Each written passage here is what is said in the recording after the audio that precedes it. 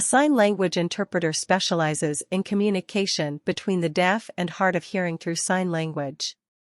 Sign language is a visual language that has been specially developed for deaf and hard of hearing people.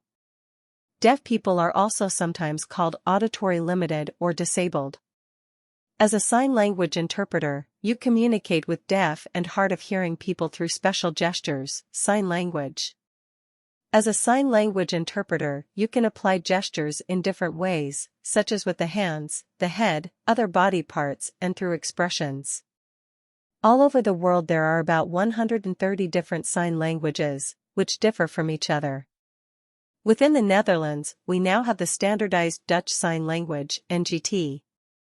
Despite the fact that nowadays there is standardization, there are indeed different dialects within sign language.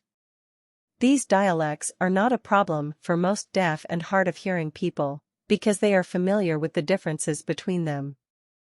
The profession of sign language interpreter must also be seen as fairly general, because a sign language interpreter does not have to work professionally. A sign interpreter can also learn sign language, for example, because an acquaintance or family member is deaf or hard of hearing.